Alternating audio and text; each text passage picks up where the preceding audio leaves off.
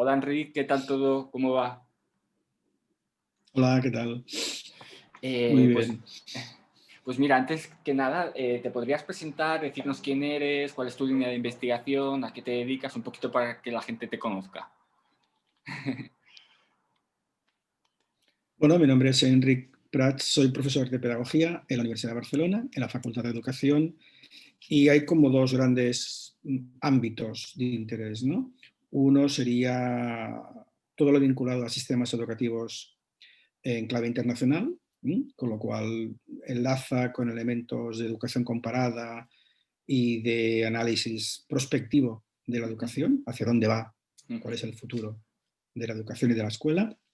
Y luego, por otro lado, de manera complementaria, lo que me interesa mucho es todo lo que está vinculado con la construcción de un relato pedagógico, o sea, todo lo que encajaría dentro de la disciplina, de la teoría de la educación, en el sentido de construir discurso educativo.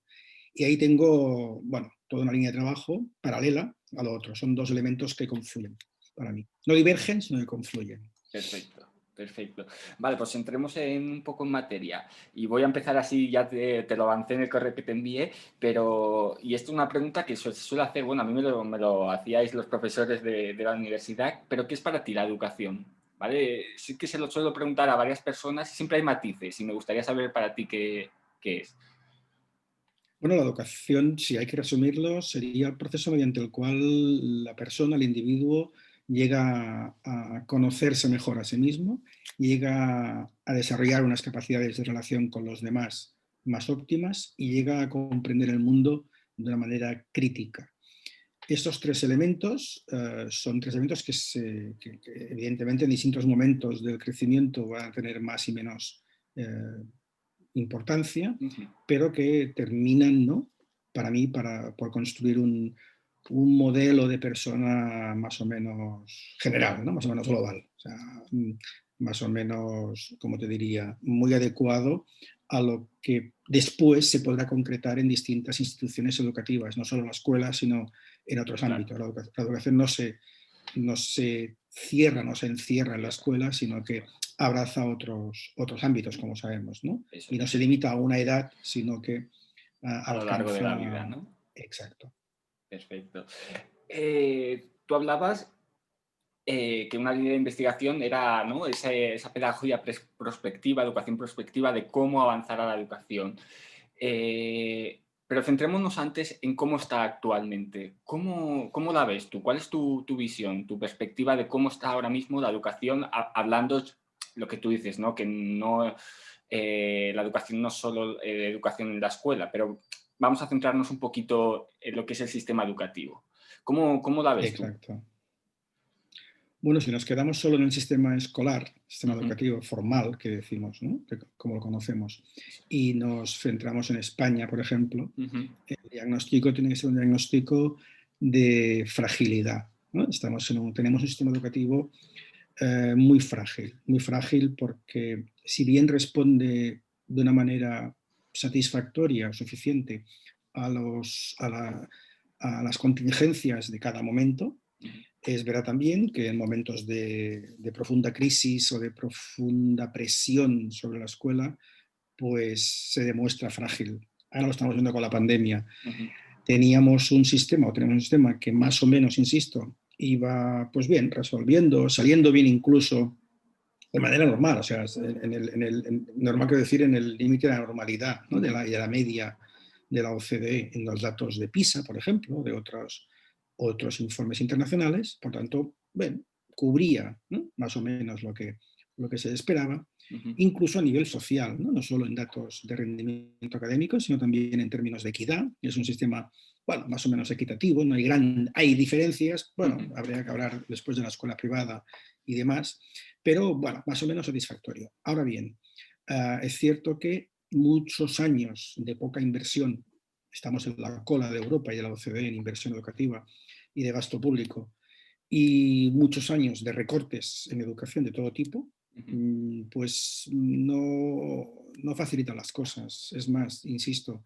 es un sistema vulnerable, un sistema muy frágil que en situaciones como la de ahora se demuestra, ¿no? Su fragilidad y su debilidad. Digo, por tanto, el diagnóstico tiene que ser un diagnóstico muy ambivalente, ¿no? Un diagnóstico que, bueno, que creo que puede invitar al optimismo, pero un optimismo moderado, sin caer en pesimismos. ¿Y tú crees que esta fragilidad puede ser el punto de inflexión hacia un cambio, ¿no?, de este sistema? Puede ser algo que digas, vale, hasta aquí pues se ha visto esta fragilidad de la que tú hablas, vamos a intentar revertir o cambiar ciertas cosas. ¿O crees que seguirá igual, sobreviviendo, como dices tú? Bueno, lo que habría que intentar ponernos de acuerdo es en qué hay que cambiar y Claro. qué es lo que se supone que la escuela tiene que cambiar. Cambiar por cambiar no tiene ningún sentido. O sea, no, insisto, no, Claro. la escuela ha ido cumpliendo una función básica, ¿no? Ujú. Básica y suficiente. Y lo que habría que ver es hacia dónde debería ir. Ese es un debate que no es estrictamente escolar ni educativo, es un debate social, de corte económico, político, social, tecnológico, Todo. etcétera, ¿no? Con lo cual no se limita a lo que la escuela quiera ser. La escuela puede ser quiera, pero habrá que ver lo que quiere la sociedad de la escuela, qué es lo que espera esa sociedad de la escuela, ¿no? Insisto, no se trata de cambiar por cambiar y de buscar modelos fantásticos y sublimes que a lo mejor no te servirían, ¿no? Claro. Lo importante es que se sepa qué es lo que espera la sociedad de esa escuela. Y esta pregunta no, o sea, sí que es verdad que a veces, ¿no?, escuchas por la gente, todo el mundo habla de educación, ¿no? Es una cosa como que siempre cada uno tiene su opinión, ¿no? A diferencia de, pues, no lo sé, de otras ciencias o de otras disciplinas, la educación es de lo que puede hablar todo el mundo. ¿Por qué lo que tú dices, ¿no?, cambiar por cambiar, abrir ese debate a la sociedad? ¿Por qué crees que no se abre, ¿no? Vamos a plantear cómo queremos la escuela a nivel, ¿no?, la sociedad, ¿qué espera de la escuela? ¿Por qué crees que este debate no se abre a la gente, ¿no? Siempre se centra en los políticos y en estos que ya hablaremos luego de las leyes y los cambios, pero desde un punto más, no lo sé yo, tú me lo corregirás, sino punto político, pero a nivel social, ¿por qué no se pregunta?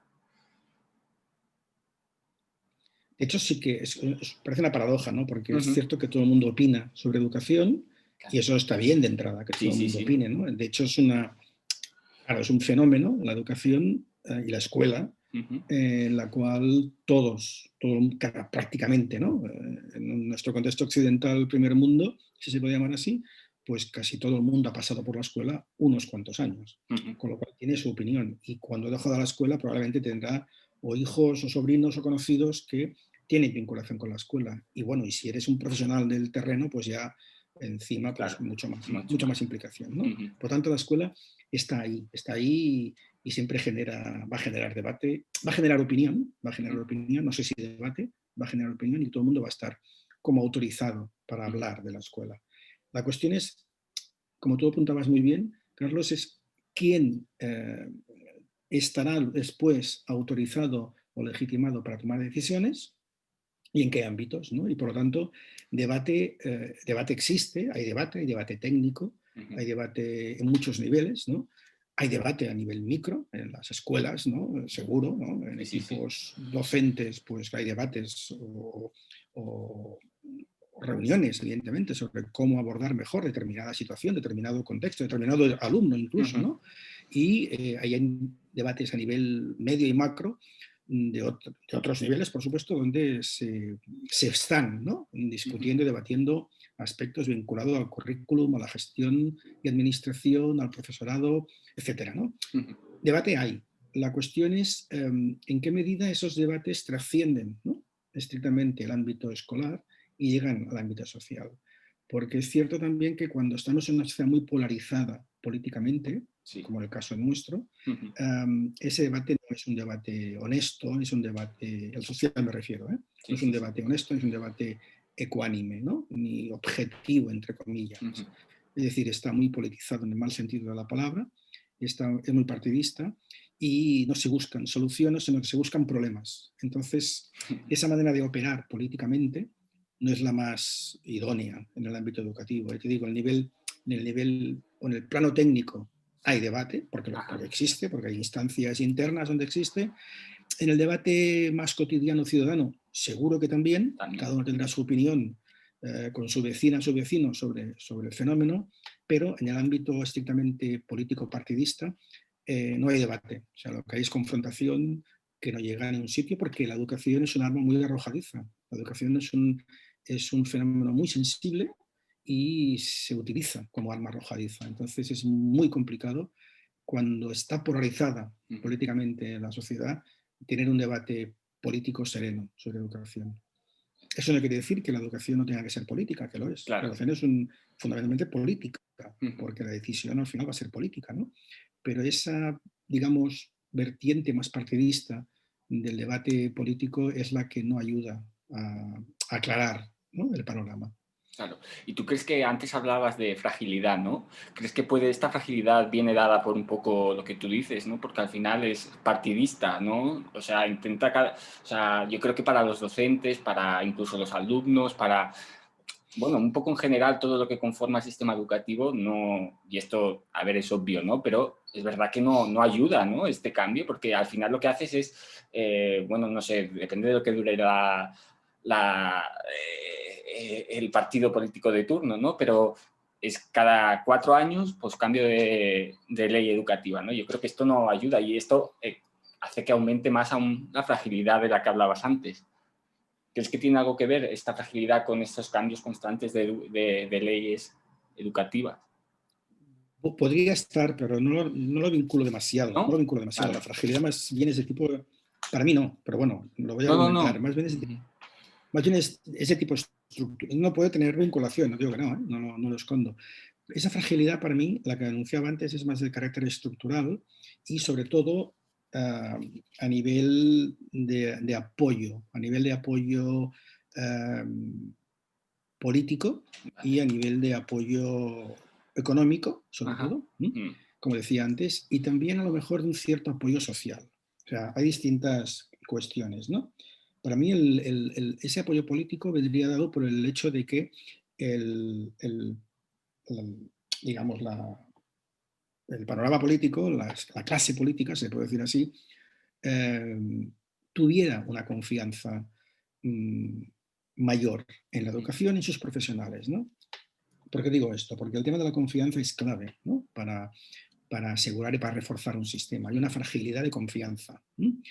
Para mí es estructural esto, o sea, es de fondo, ¿no? Claro. Porque el hecho de que se le pueda suponer a la escuela un cierto aire, ¿no?, de posible transformación social, eso hay que ponerlo entre comillas hoy en día, pero bueno, el hecho de confiar en la escuela, de que la escuela puede tener una cierta capacidad para transformar la sociedad, esto puede poner nervioso a más de uno, ¿no?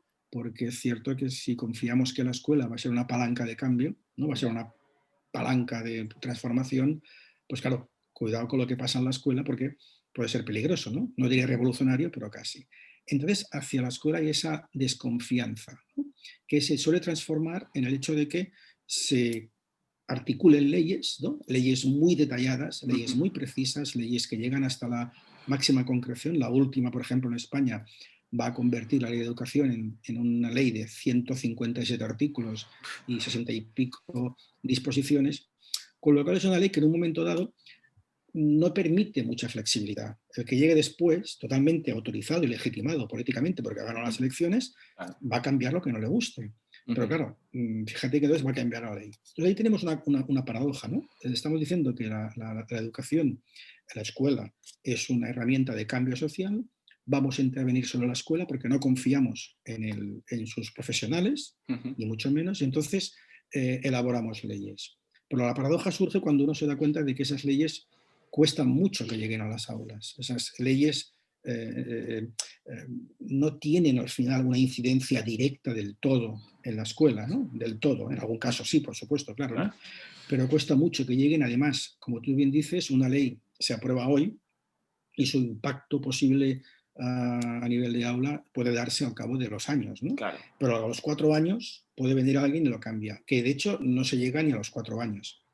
Claro, esa paradoja es curiosa, ¿no? Porque, insisto, no se confía en la escuela, por un lado, se hacen leyes muy precisas, por otro, pero, ¿no?, además resulta que esa ley o esas leyes tienen un impacto más bien reducido. A nivel de aula, me refiero, a nivel de microsituación, en la relación del docente, del profesor con sus alumnos, ¿no? Y de lo que llegue a aprender o no cada niño y cada niña. Pues claro, esa fragilidad es de confianza, insisto, o sea, no hay confianza de manera global y general en el profesorado, y en cambio hay un excesivo optimismo por parte de la política de pensar que la escuela es esa herramienta, ¿no? De que puede transformar, con lo cual ahí tenemos una situación muy, muy curiosa de canalizar. Pero además, como te decía, esa fragilidad es de tipo social, ¿no? Quizá lo que tenemos es una, iba a decir una crisis, pero la crisis para mí tiene un sentido positivo, sino hay una pérdida, sobre todo de prestigio y de autoridad, en cuanto al conocimiento por parte de la sociedad hacia la escuela.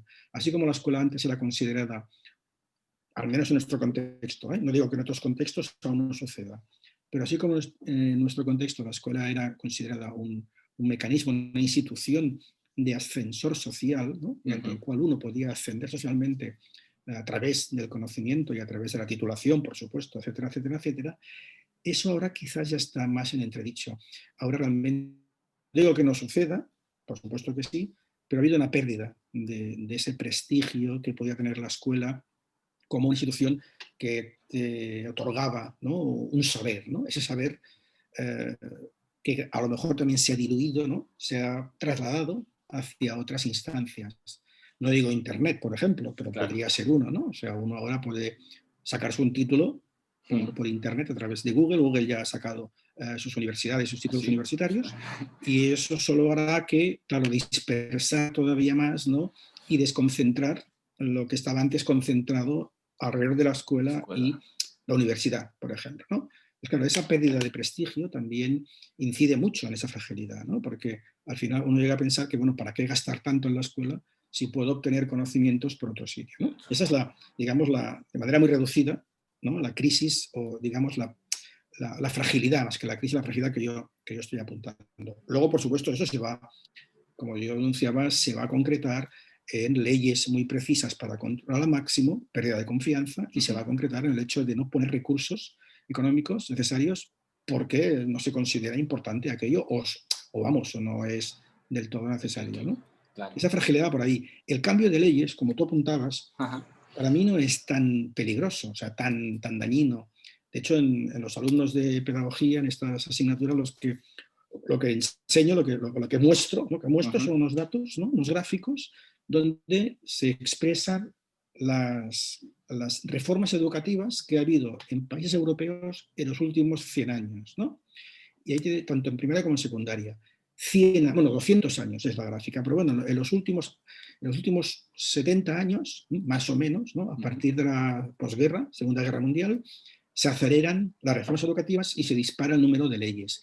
Uno de los países que ha tenido más leyes, por ejemplo, después de la caída del muro de Berlín, en Europa ha sido Finlandia. Por ejemplo, Finlandia tuvo o ha tenido tantas leyes educativas casi como España. Y no ocurre nada, fíjate. Entonces, claro, ¿qué estamos diciendo? Estamos diciendo que si la educación es algo dinámico, es un fenómeno que lo es, ¿no? Dinámico, adaptable a cada situación, a cada contexto, es evidente que las leyes también tienen que adaptarse, con lo cual sería lógico, ¿no? Que las leyes fueran adaptándose y tuviéramos leyes más ágiles y más adaptadas y menos rígidas, más flexibles, ¿no? Pero no es nuestro caso. La diferencia quizá con otros países es que nuestro modelo legislativo es muy rígido, es muy preciso, es muy detallista, y eso, claro, como decía antes, impide que pueda haber una más flexibilidad, que cuando llega otro gobierno, otro color, se encuentre incómodo con aquella ley. Y ya te digo, no cargo tintas ni a un lado ni a otro, ¿no? Y puedo tener una opinión sobre la ley, pero eso es un fenómeno que está ahí, es un fenómeno, es una limitación que no permite o que no facilita precisamente el cambio, ¿no? La transformación. Genial. Ahora hablabas de Finlandia y, ¿no? Siempre, la famosa Finlandia, no sé qué. Y sí que es verdad que lo que tú apuntas en tu libro, y es verdad que también, bueno, hay como este prestigio, ¿no? Hacia el profesorado, de lo que tú hablas, ¿no? También hay, quizás, no lo sé, en otros países ya, porque también es una línea de investigación de la que tú hablabas antes que te dedicas, sí que es verdad que puede ser que en otros sistemas educativos, países, haya una mayor confianza hacia el profesorado, ¿no? Que la que hay aquí, y eso, lo que tú hablabas, ¿no? Ese esa fragilidad social no se vea tanto. Es posible, no, seguro. De hecho, una de las herramientas fundamentales, uno de los pilares, más que herramientas, de cualquier sistema educativo es el profesorado. No solo el profesorado, sino quién acompaña a este profesorado, ¿no? En términos de profesionales dedicados a tareas que no son estrictamente docentes. Al profesorado le hemos ido atribuyendo con el paso del tiempo una serie de competencias, por decirlo así, o de decisiones más allá de la docencia. Venimos de una escuela donde solo se enseñaba, ¿no?, a una escuela que pretende educar. Entonces, claro, la diferencia es enorme. Y en eso de educar entra, como sabes, todo, ¿no? Entra todo. Pues claro, ese docente, que ya no es docente únicamente, sino que además tiene que ser guía, tiene que ser coaching, tiene que ser enfermera, tiene que ser no sé qué, todo no lo puede abarcar. Entonces, ese pilar, ¿no?, ese pilar que es el profesorado, se puede ir erosionando o se puede ir desgastando cuando le vas cargando de atribuciones para las cuales no está preparado. Ni tampoco se le paga para eso. Claro, ¿eh? Ni se le ha formado ni se le paga para eso. Con lo cual, o bien buscamos perfiles que acompañen, por ejemplo, el psicopedagógico, ¿no? El psicopedagogo puede ser una figura fundamental que tiene que dar apoyo al docente, ¿no?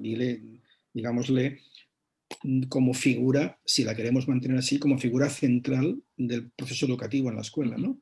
Pero habrá más, ¿no? Habrá educador social o educadora social, habrá un trabajador social, habrá psicólogo, habrá enfermera, ¿no?, o enfermero. Es decir, hay que pensar que ese docente, a medida que le carguemos atribuciones que no podrá asumir por tiempo y por formación, se irá desgastando, con lo cual la calidad de lo que puede ofrecer también se irá perdiendo, ¿no? Y ese pilar es clave. Claro, ¿en qué medida? En otros países, como tú dices, se le ha dado más cobertura. Bueno, se le ha dado cobertura en un doble sentido. Uno, buscando estas soluciones, ¿no?, por decirlo así, de otros perfiles profesionales, pero al mismo tiempo mejorando mucho las condiciones de trabajo. Por ejemplo, con las ratios de aula, ¿no? No es igual atender a 30 niños, ¿no?, o 25 que atender a 15. Entonces, claro, ese dato es fundamental.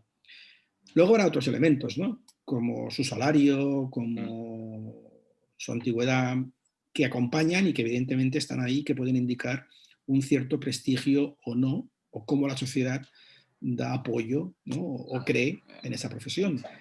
Por ejemplo, comparando con Finlandia, que tú decías, los datos de salarios no son muy distintos. No son muy distintos en España que en Finlandia, en términos relativos, ¿no? Por supuesto, a nivel de vida es más alto en Finlandia, con lo cual, en términos absolutos, pueden cobrar más dinero, pero en términos relativos no. O sea, vienen a cobrar más o menos lo mismo, y es un salario que inicialmente, tanto aquí como allí, está por debajo de la media per cápita de cada país, pero que luego, a medida que van pasando los años, ese salario va incrementándose y vas a estar por encima de la media respectiva de cada país, ¿no? La cuestión es que en España, por ejemplo, ese proceso de incremento es muy largo, y se da en toda la carrera profesional, que son 40 años, ¿no? En cambio, en Finlandia, esa evolución, ese incremento de salario, que es parecido al de España, se produce de manera en un periodo de tiempo más breve, con lo cual hay más incentivo. Claro. Piensa que en Finlandia, por ejemplo, la tarea está muy prestigiada, e incluso me acuerdo de una entrevista con unos alumnos de bachillerato, cuando estuve allí una vez, que me decían, no, yo no quiero ser maestro porque eso es una tarea muy difícil, ¿no? Pues claro, con esta perspectiva, esta mirada social, claro, la cosa cambia, ¿no? Aquí se sigue, ¿no?, con esa frase de que vale, vale y que no educación, ¿no? Sí. Entonces, claro, con este fraseo no vamos bien, ¿no? O cuando no hacen una carrera así más, pues esto, ¿no? No sé, el famoso máster de profesorado, sin meterme en si estoy de acuerdo o no, pero son carreras y ay, es que no encuentro trabajo de la carrera que he estudiado. Bueno, pues voy a hacer el máster de profesorado pues bueno, entro en el sistema educativo, pero es como lo que tú dices, ¿no? Bueno, como no encuentro, pues me voy a meter a ser profesor.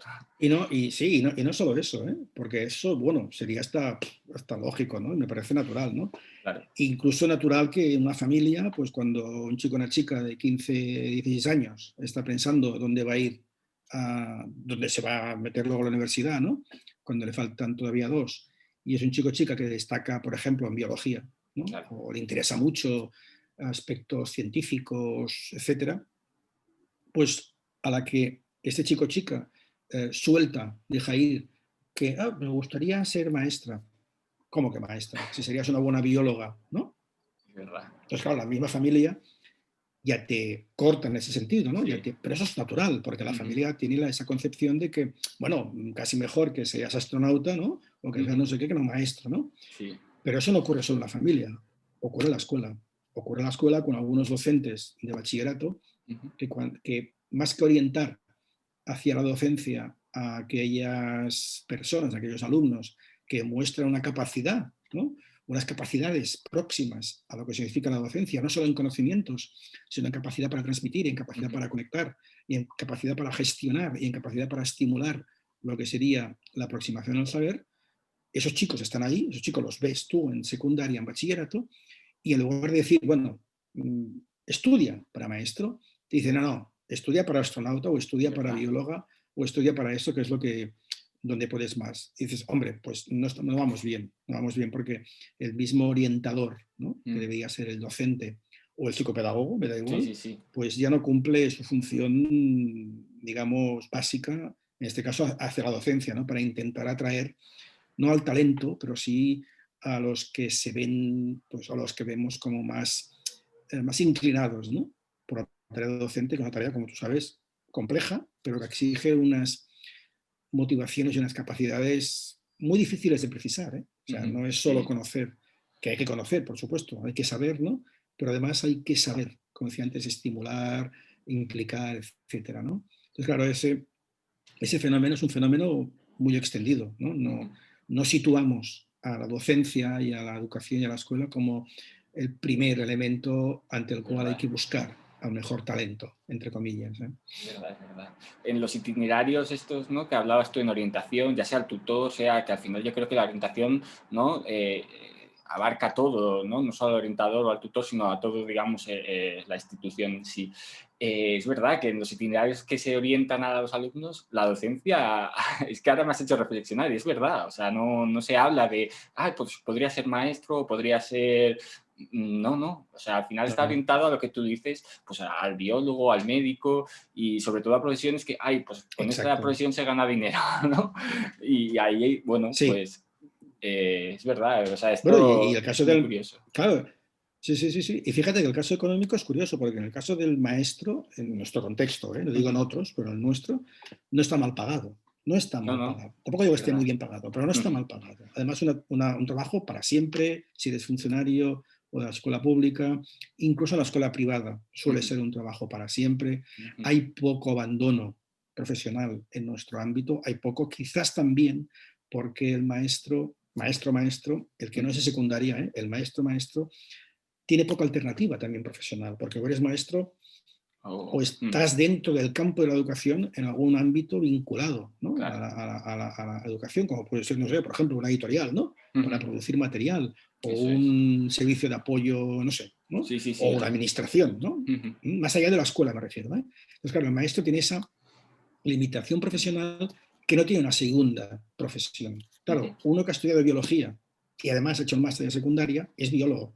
Claro. Y va a ser profesor de secundaria, con lo cual puedes escoger, ¿no? Puedes escoger, y si aquella profesión de secundaria, de docente de secundaria, no le convence con los años, o encuentra un trabajo potente en un laboratorio, pues es muy probable que abandone la docencia y se vaya a ese laboratorio.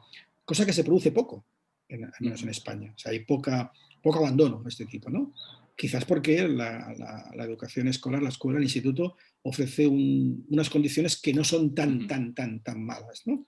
a pesar de lo que se dice, ¿no? De la violencia en las aulas, de no sé Sí, qué, sí, que eso es bueno, un que ya sabes que eso debate. está muy alimentado también, ¿no? Ujú, Por intereses, para intentar desprestigiar aún más lo que sería la escuela, ¿no? Que no es que no exista, claro que ujú, hay algunos actos de violencia, claro que hay algún problema de autoridad, pero ujú, bueno, quizá no sería tanto esto, porque si hubiera más, o si ujú. fuera tan grave, uno pues deja el trabajo y se va a otro Claro, es lo sitio. que tú ¿Qué es dices, lo que ¿no? ocurre? Que no se ha reflejado, no se refleja, ¿no? En las No, estadísticas de que haya ese abandono. Claro.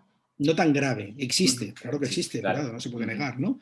Pero hasta el punto de gravedad que algunos lo sitúan, pues la cosa no va por ahí, o no debería ir por ahí si queremos ser ecuánimes, ¿no? Genial. Pues mira, vamos a entrar en materia de la famosa ley nueva, la LOMLOE, ¿no? La ley CELA. Ujú. Y bueno, hay una serie de temas, me he ido informando y tal, no he entrado en detalle, no sé si tú has podido, es que claro, es lo que tú decías, ¿no? Son 150 artículos, ¿no? También Bueno, de hecho, leerse perdona, es un artículo, es un es un artículo. solo artículo, Vale, la sí. LOMLOE, Ajá. es un solo artículo que modifica la ley anterior. Entonces, Vale. es artículo único. Donde decía esto, dirá esto. Ah, Donde decía vale, esto, dirá vale, vale. esto. Incluso cambia el preámbulo y el preámbulo lo modifica. O sea, es Ajá, una ley que no se ha querido hacer una nueva ley, sino que se ha vale, modificado la anterior.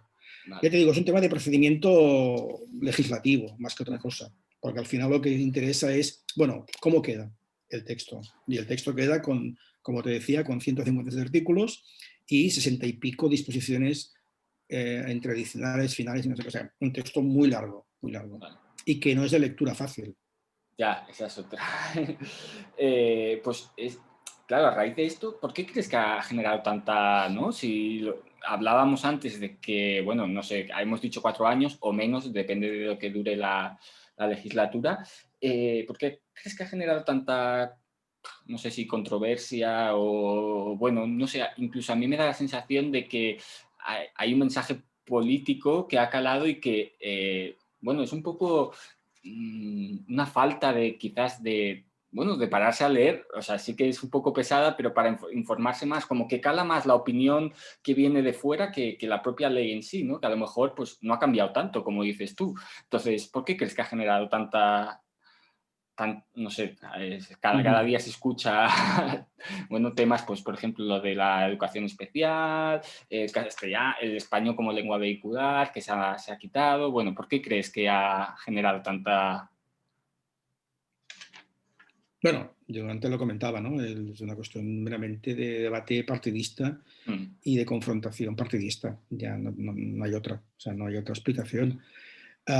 Cuando se dicen cuestiones como la que tú comentabas en relación a no solo al castellano o a la educación especial, sino a la concertada y demás, se utilizan eslóganes más que argumentos que no se ajustan para nada a lo que dice el texto. No digo que detrás pueda haber ujú, un desarrollo legislativo en forma de decreto o de reglamento o de otra ley sí, menor que desarrolle, ¿no? ujú, Algunos aspectos que no guste a según qué parte, ¿no? Pero de entrada es evidente que lo que hay es un desgaste político, una pretensión de desgaste político hacia el que gobierna. No hay otra explicación, es que no hay otra. claro. Ya ocurrió con la LOCSE, en el año 90, cuando se aprobó, cuando la derecha y la Iglesia y una parte de la patronal de la escuela privada salió en contra de aquella ley, ¿no? Ujú, Bueno, se repite de manera periódica, ¿no? Se repite sí, de manera periódica y eso es así. Y vuelve a salir ahora. Salió con la LOE en ujú, 2006 también, lo mismo. El tema del castellano también fue motivo, la concertada, el tema religión, ¿no? Son elementos, son eslóganes que están ahí y que la derecha sabe capitalizar y sabe utilizar cuando le conviene. ajá, Ahora conviene para desgastar al gobierno, como ha ido claro, desgastando durante la pandemia, por motivos varios, ¿no? ujú, Con lo cual yo solo atribuyo a eso. Si uno se quiere quedar ahí, pues bueno, no va a poder moverse, digamos, en la tesitura de si la ley es buena o es mala, claro, porque ahí no hay debate, depende de si eres de derecha o de izquierda ya, y si eso das es, apoyo al gobierno o no, te parecerá bueno o te parecerá mala. claro. Pero si lo miras desde otra óptica, que es la que yo intentaría hacer, pues claro, Ujú, la cosa es distinta. claro, La pues cosa es muy distinta. vamos a entrar en esa óptica que tú dices, ¿no? Ese, ese cambio de mirada. ¿Crees que de verdad cambia tanto respecto a la ley anterior? O sea, por ejemplo, vamos a hablar de esto, de temas, no sé, inversión pública y privada. ¿Crees que, bueno, cómo se reparte? ¿Cambia tanto respecto a la ley BERT, ¿no? La ley anterior, no sé si, o otras leyes anteriores? Bueno, por ejemplo, si vamos por partes, Sí. lo que hay que anunciar primero es que esta ley se anula la anterior vigente de la LOMCE, ¿de acuerdo? La LOMCE, por cierto, que tú has dicho ley BERT, ¿no? Sí.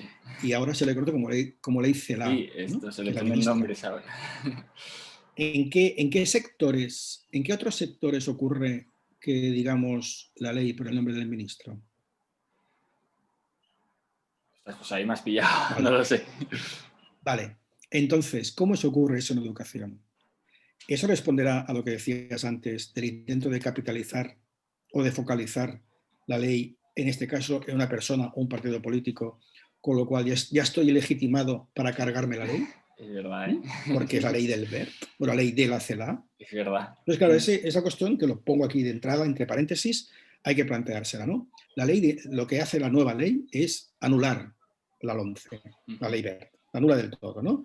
Y para mí eso ya es positivo, porque aquella ley, la ley BERT, era una ley absolutamente retrógrada, pero retrógrada hasta la médula, era una ley nostálgica en el mal sentido de la palabra, era una ley de venganza, era una ley contraria a las corrientes educativas, pedagógicas actuales, era una ley que recentralizaba y que uniformizaba, era una ley antidemocrática en cuanto a procedimiento y resultado, que anulaba todas las capacidades de los consejos escolares, por ejemplo, que anulaba la intervención de otros actores en el acto educativo. Era una ley segregadora, era una ley elitista, era una ley, acuérdate de las reválidas, ¿no? Sí. Y la segregación de sexos en escuelas privadas, que marcaba itinerarios, además, en la secundaria obligatoria, marcaba itinerarios a partir de tercero de ESO, Sí. con chicos No, y chicas de 13 años, 13 más o menos. ¿Perdona? No, sí, las famosas, ¿no? Porque yo estoy preparándome oposiciones, ¿no? Hablan Exacto. estos de, ¿no? De los itinerarios de tercero, ¿no? Las materias aplicadas, las Exacto. académicas, ¿no? Todo esto.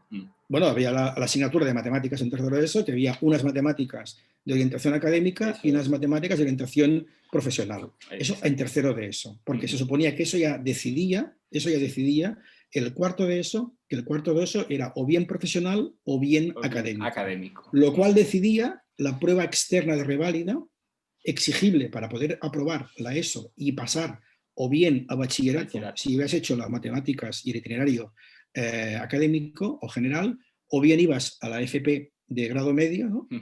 Si habías hecho las matemáticas de tercero de ESO profesional y el itinerario de cuarto de ESO profesional. Claro, eso ya marcaba desde tercero de ESO. Claro. Y eso iba en contra, además, de todas las recomendaciones de la OCDE. La OCDE, ya sabéis que es el organismo que promueve PISA y es un organismo económico, y la misma OCDE no recomienda para nada que haya una elección precoz en itinerarios. Todo lo contrario. Recomienda que la elección, cuando se produzca lo más tarde posible. Eso quiere decir, por ejemplo, que la elección se produzca cuando se termina la obligatoria, como ocurre con todos los modelos nórdicos, ¿no? Vale. Que la elección se produce después de la educación obligatoria, a los 16 años, ¿no? Entonces, claro, eso ya introducía ese elemento que era totalmente novedoso. En nuestro caso venía, ¿no? O sea, argumentaba, y con esa nostalgia que antes anunciaba, de que, bueno, antes era así, perdón, la EGB era así y el BUP era así, y es más, en Alemania y en Holanda se hace así. Bueno, sí, claro, porque tiene un modelo económico y un modelo productivo totalmente distinto al nuestro. Claro. Pero es que además iba, insisto, contrariamente a lo que planteaba la OCDE. Con lo cual, aquí ya desmontaba todo. Y hay un elemento, además, de la ley BERT, de la 11, que era curioso, ¿no? Porque la ley, lo decía así, era un texto, estaba basada en el sentido común, ¿no? Claro, cuando alguien te dice que está basado en el sentido común, dices, pues bueno, ¿qué estamos haciendo? ¿Estamos gobernando un país o estamos gobernando una comunidad de vecinos? Sí, ya. Porque no tiene ningún sentido, de verdad. O sea, yo no lo terminé de entender cuando la ley, en su preámbulo, planteaba, ¿no? Lo que, eso, basada en el sentido común. Bueno, oiga, no. O sea, la educación no es algo que se pueda basar en el sentido común, no tiene sentido, Claro. para la redundancia. Y claro, ¿qué hace la LOMLOE? La LOMLOE, para ir desgranando algunos elementos, Vale. recupera, en cierta manera, aquel modelo descentralizado Ujú. propio de una España de las autonomías, que ya se impulsó en los 80 y 90, donde, por ejemplo, elementos como el currículo quedaban repartidos entre gobierno central y autonomías, ¿no? Ujú. Reconociendo, por lo tanto, la capacidad de las autonomías para legislar. Vale, sí, ¿Qué sí. había hecho la ley Wert? La ley Wert había establecido una jerarquía de contenidos Ujú. que era muy grave, porque te estaba definiendo unas troncales, luego unas complementarias Ujú. y unas de libre elección. Sí, Y las troncales las decidía el gobierno central. Y el resto, las comunidades autónomas. Claro, eso es realmente inaudito, porque eso iba en contra de cualquier planteamiento auténticamente descentralizador. claro. Como antes he dicho, la ley era recentralizadora. Ujú. Claro, eso era muy grave porque introducía dos elementos. Esa ley que la LOMLOE recupera, que es la descentralización y sobre todo eliminar la jerarquía de asignaturas. Eso en clave curricular es muy importante. ¿Por qué? Porque fíjate que si establecemos una jerarquía de asignaturas, Ujú. diciendo que hay unas más importantes que otras, Claro. o unas más fundamentales que otras, terminas por, evidentemente, conceder más importancia a unas Claro, que a a otras. otras. Y a esas otras, Ujú. ¿no? Que ya debemos imaginar cuáles serían las otras, Sí, ¿no? las de siempre. Las artísticas, por ejemplo, Claro. física, Mm. etcétera, pues claro, quedarían al margen y solo se evaluaría, o solo sería importante, las primeras, ¿no? ¿Qué es lo que hace la OCDE? Cuidado, también por otro lado, cuando Mm. pone PISA por delante, ¿qué es lo que hace? Entonces, claro, te elimina esto, te elimina las reválidas, te elimina itinerarios de la ESO. Y claro, y en clave de escuelas concertadas, como tú Ujú. decías, escuela privada, Ujú. lo único que está estableciendo, lo único es que no se podrá ceder suelo público, los ayuntamientos, para construir escuelas privadas.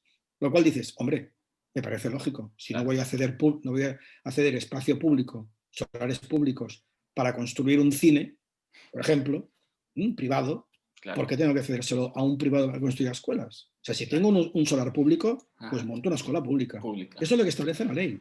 Y por otro lado, lo que marca la ley, otra vez, es impedir que con dinero público se puedan segregar por sexos. O sea, no impide que haya escuelas que segreguen por Claro. sexos. No lo impide. Lo que impide es que reciban fondos Fondos públicos. públicos. Eso es lo que impide la Ujú. ley. Qué bien. Claro, la concertada, sencillamente, para mí, incluso queda garantizada con esta nueva ley. Queda consolidada Claro. como tercera vía, ¿no? Entre escuela pública y escuela privada Claro. tenemos otro invento que es la concertada, Ujú. que se creó en el 83, por cierto, que son escuelas privadas que tienen fondos públicos, tienen un Ujú. concierto, o sea, un acuerdo Ujú. con la administración para recibir dineros. Que cuidado, que lo que reciben es muy poco. Lo que recibe la escuela concertada es muy poco y no les cubre gastos. Y algunas están al borde de la quiebra. Y eso es así. Eso es así, así de cierto. Reciben casi la mitad de lo que recibe una escuela pública. Con lo cual, sí o sí, tienen que pedir algún tipo de cuotas o algún tipo de apoyo Ah. económico a las familias, cosa que va contra la ley. Fíjate la contradicción. Con lo Ya, cual ya, ahí ya. la nueva ley, se queda a Mm. medias. La nueva ley no fomenta justamente que se pueda Eso. incrementar ese presupuesto, porque Claro. limita el concierto o el dinero a los sueldos, por ejemplo, y algunos gastos más del profesorado, ¿no? Pero no incluye otros elementos. Claro, ahí genera un agravio Ujú. muy importante con el maestro de escuela pública, ¿no? Quiero decir que en el caso de la concertada, como se sabe que la concertada en España estamos en un 32% de alumnos en la concertada y un 70 y algo en la escuela pública, ¿no? Y por territorios autónomos, por cada región autónoma, pues los datos cambian mucho. En Andalucía y en Extremadura creo que es un 20% la escuela privada, en cambio en Cataluña estará en un 35% y en Madrid en un 40 y pico y en el País Vasco casi la mitad, ¿no? Ujú. Y de ese grupo de concertada privada, una buena parte es confesional, es religiosa, con lo cual ahí entra el argumento religioso, ¿no? Y de la religión en la escuela como otra bandera que hay que utilizar. Lo que hace la LOMLOE con la nueva ley, con la religión, es eliminarla como obligatoria, pero al mismo tiempo recuperar la ética, ¿no? La La ética. ética como Ujú. asignatura para todo el mundo de una manera universal, que es lo que para mí entiendo que tiene que ser que es positivo. Y luego en clave más técnica, si quieres, lo que recupera la ley, que es importante a nivel, para mí, de cómo se organizan las escuelas, es la idea de ciclo educativo en educación primaria. La anterior ley, la 11, había eliminado el ciclo educativo y establecía, ya te digo, en clave retrógrada, establecía aquel modelo de primero, segundo, tercero, cuarto. Claro, eso rompía el modelo anterior de la LOCSE, que había creado el ciclo, y sabes tú que el ciclo permite una movilidad muy interesante, ¿no? entre grupos, y entre niños y grupos, e incluso entre avances, ¿no? de desarrollo educativo, pues eso, más equilibrado. Pues eso la nueva ley lo recupera. La nueva ley recupera esta idea que estaba ahí pues perdida. Y bueno, habría más elementos. No sé si, por ejemplo, el tema del castellano, pues claro, se había impuesto, como antes decía, una ley uniformista, se había impuesto un único modelo. El mismo modelo para Madrid, que para Cádiz, que para Gerona, que para La Coruña, que para Canarias, ¿no? Claro, la nueva ley lo que hace es intentar desregular esto, ¿no? Y lo que dice es atender a esa realidad autonómica, donde castellano y lengua cooficial están en un plano de igualdad, pero un plano de igualdad, punto. De hecho, la ley establece, y lo pone así, porque lo establece, que al final de la escuela obligatoria los alumnos tendrán que demostrar un conocimiento de castellano, lo dice así, de castellano, y de lengua cooficial, cuando sea, ¿no? Equivalentes. O sea, que tiene que demostrar un dominio de castellano, no puede no demostrar dominio de castellano. Y lo que evidentemente deja en manos de las escuelas es que eso se desarrolle en la lengua que más fácil pueda ser la enseñanza. Si es el castellano, pero si es el catalán, será el catalán. Y ya está. O sea, eso lo deja en manos de la escuela, como es lógico, ¿no? Y eso sí, establece que el castellano siempre deberá ser enseñado en castellano. No puede ser enseñado en otra lengua que no sea el castellano. Imagínate aprender inglés pues en alemán, ¿no? En otra lengua. No tiene sentido. Tú aprendes inglés en inglés. Pues el castellano igual. Y eso la ley lo pone así. Pues claro, no es cierto que se pierda esa condición vehicular del castellano. No es cierto. Qué interesante, porque todo esto así desmitifica ciertas cosas, ¿no? Pues lo que te decía antes, que se escucha y al final pues genera una idea que es equivocada. Bueno, porque se hacen eslóganes, como te decía. Es lo que me decías, totalmente. No, se hacen eslóganes, hacen banderas, ¿no? Hacen banderas y pancartas y ahí está lo peor, pero bueno. Claro. ¿Qué opinión tienes? Porque esto sí que es verdad que se ha escuchado y a raíz de la pandemia también ya se empezó a intuir. Todo el tema de la repetición, ¿qué opinión tienes? ¿No? Porque se habla de que, bueno, no lo sé, ya te digo, que al final queda un poco sesgado porque si no te lees la ley o no profundizas en ella, pero es lo que se escucha, ¿no? El eslogan, ¿no? Los niños ahora, bueno, los adolescentes cuando podrán suspender X asignaturas y no habrá repetición y pasarán de curso. ¿Qué opinión tienes? Porque sí que he hablado con diferentes profesores y bueno, ante esto dicen, ostras, pero claro, cuidado porque a lo mejor no pasan a otra etapa educativa con los conocimientos bien asimilados. Entonces, ¿qué opinas tú de esto? Habría que preguntarse para qué sirve la repetición. Eso para empezar, ¿no? ¿Para qué sirve? ¿Y qué significa repetir? ¿no? Si repetir significa volver a hacer lo mismo, la verdad, si yo te pido que me claves un cuadro y me lo clavas mal, vuelvo a clavarlo y me lo clavas mal, es que no tiene sentido. ¿no? Y si cuando me lo enseñas tú mal, yo lo aprenderé mal. O sea, repetir por repetir no tiene demasiado sentido. Claro. Y eso nos ocurre a todos, ¿no? Que has repetido y o bien tú cambias estrategia para aprender de otra manera, o bien acabas cometiendo el mismo error. Fíjate que el error está muy mal visto en pedagogía, en nuestro ámbito. Está muy mal. El error no tiene buena prensa, eso para empezar, ¿no? Pero claro, ¿para qué sirve la repetición? La repetición sirve para intentar asegurar que ese alumno llega a un mínimo de conocimientos establecido por convención, por el profesorado mismo, ¿no? Que dice, pues con un 5 apruebas, con un 4 no, con un 4,90 ya no, 4,95 tampoco, tiene que ser un 5. Eso no tiene ningún sentido. Eso no tiene ningún sentido cuando estamos hablando de la educación obligatoria. La educación obligatoria lo que tiene que garantizar, como te decía antes al principio de todo, son aquellos 3 pilares, ¿no? Donde uno muestre una competencia suficiente en general. Si me dices, hombre, tiene que tener conocimientos de biología, si quiere ser médico, hombre, pues sí, es evidente. Claro. Es evidente. ¿Tiene que tener conocimientos de física si quiere ser arquitecto? Pues seguramente sí. y tiene que tener conocimiento de literatura si quiere ser médico, bueno, a lo mejor le servirá, pero no sería obligatorio. Claro. ¿no? Y al revés, ¿no? Tiene que un historiador tener conocimiento de física, hombre, pues a lo mejor no. Quiero decir que digamos que en la educación obligatoria habría que ser del todo flexibles para garantizar unos mínimos para todo el mundo, mínimos altos, no mínimos, no mínimos por el suelo, pero unos comunes, digámoslo así, no mínimos, unos comunes, donde se demuestre esa competencia general en esos ámbitos que yo comentaba, ¿no? De conocerte a ti mismo, de relacionarte bien con los demás y de comprender de manera crítica al mundo.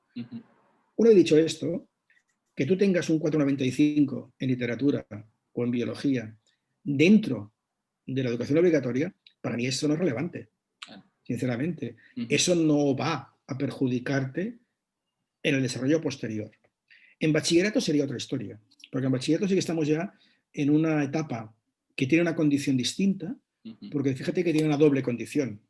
De hecho, es terminal, o sea, el bachillerato es un título, ¿no? Que te habilita para algunas profesiones, ¿no? Que te exigen el bachillerato, o al menos el nivel para acceder a un tipo de profesión. No sé si, ahora quizá me equivoco, ¿no? Pero para ser policía, por ejemplo, ¿no?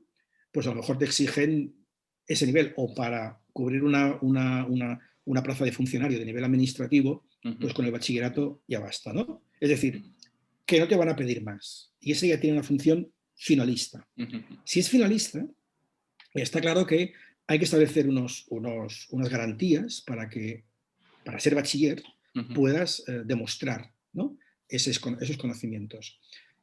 Si hay algún ámbito en el cual no tienes tanta capacidad, pero resulta que sí que lo tienes en otro mucho más elevado, y se compensan, ¿no? En una media aceptable, de 5 o de 6 o de 7, me da igual, ¿no? Pues yo entiendo que no va a perjudicar para nada que tengas un conocimiento un poco inferior en una materia que en otra. Siempre que, insisto, tenga esa característica de título terminal que te va a habilitar para una profesión determinada. Que un policía o un administrativo de la administración tenga más o menos conocimiento en literatura, ¿qué quieres que te diga? Pero si tiene un nivel suficiente en términos de bachillerato, bueno. Ahora bien, para acceder a la universidad tendríamos otra consideración, ¿no? Que el bachillerato no es solo como título terminal, sino también es para acceder a la universidad. Bueno, ahí tenemos la selectividad. Claro. Ahí tenemos selectividad. Fíjate tú que la selectividad la aprueba el 90 y tantos % de la gente. Es una prueba que aprueba todo el mundo, que no selecciona, que ordena, de hecho, sirve para ordenar, para establecer un ranking, donde el primero va a escoger lo primero que quiera y el último pues va a quedar con lo que queda. Claro, eso ya es distinto, porque fíjate que ahí sí que exigimos ya unos niveles para acceder a según qué ámbitos. Y evidentemente para ser médico, pues una serie de requisitos, de asignaturas obligatorias, y para ser no sé qué, pues otras. Entonces sí que habría que revisar la selectividad seguramente, como herramienta para acceder a la universidad y para formarse mejor en ese sentido. Pero de todo esto no se deriva para nada que la repetición sea útil. Para nada. Porque lo que va a facilitar la repetición, que por cierto es el país de Europa con más repetidores, España, es el país más, pero que se utiliza como una creencia, fíjate, se utiliza la repetición como una creencia de que el alumno va a mejorar. Y no es cierto. El alumno que repite más veces tiende a abandonar. O sea, la repetición es un predictor, predice un posible abandono escolar prematuro. Entonces, no tiene ningún sentido eso. Estamos justamente condenando, ¿no?, a una buena parte, y la repetición en algunos casos llega a niveles, bueno, altísimos, ¿no?, comparado con Europa, ¿no? Pues claro, habría que revisar eso. Yo no digo que un chaval no suspenda, claro que tiene que suspender, pero a partir de ahí tienes que habilitar, o alguien tiene que habilitar mecanismos compensatorios para resolver eso. Y en un tiempo prudencial, pues que se consigan los conocimientos mínimos necesarios, pero no con la misma herramienta, no repitiendo lo mismo. Incluso repitiendo a veces el curso entero. Suspendes 4 y tienes que repetir todo el curso. ¿Pero qué sentido tiene eso? Claro. No tiene ningún sentido. Y menos en la escuela obligatoria, ¿no? Y también es cierto que habría que flexibilizar más el bachillerato para hacer un bachillerato, para mí, que podría ser algo más dilatado, algo más alargado, porque en 2 años para mí es algo apretado, y ir a un modelo de 2, de 3, incluso 4 años, y no pasa nada si entras más tarde a la universidad, o sea, Claro. no va a ocurrir nada. O sea, si entras a los 20, luego a los 18, pues no ocurre nada. O sea, y entonces dilatas y adaptas el bachillerato, ¿no? Que tiene que ser importante, ¿no? Pero en lugar de repetir, en lugar de hacer X asignaturas cada año, 10, no sé cuántas son, pues haces 6 y las trabajas mejor. Y en lugar de 2, estás 3 años y ya está. Pero vale, digamos que esos planteamientos no entran en la cabeza de muchos administradores, que no se entiende, por otro lado, pero bueno. Sí, es verdad. Yo este debate de bachillerato, dilatarlo más en el tiempo, no lo había escuchado, pero tiene toda la lógica del mundo. O sea, al final es algo que es importante y que te va, ¿no? Pues lo que tú dices, ¿no? Vas a acceder, es terminal, pues tienes que estar más preparado, ¿no? Entonces tiene toda la lógica del mundo. Bueno, pues Enric, no sé, yo por mí está perfecto. Yo creo que ha quedado muy claro todo y bueno, yo creo que ayudará a entender, ¿no? Un poco y también eliminar esa concepción producida por los eslóganes que tú decías de esta ley y a entender mejor toda la educación, la ley y todo en general de lo que has hablado. Muy interesante, Enrique. Que es una ley, Carlos, por otro lado, déjame añadir que es una ley que no termina de resolver los problemas de la escuela, ¿no? Y que para mí se queda a medio camino. Es una ley que se queda corta. Es una ley que no han sido valientes. Yo habría ido mucho más allá de lo que propone la ley, ¿no? Y habría sido más atrevido en algunos aspectos, pero bueno, ya te digo, la ley es, para mí, si hay que puntuarla, sería un 5 justo. Un 5. Sería un 5 pelado.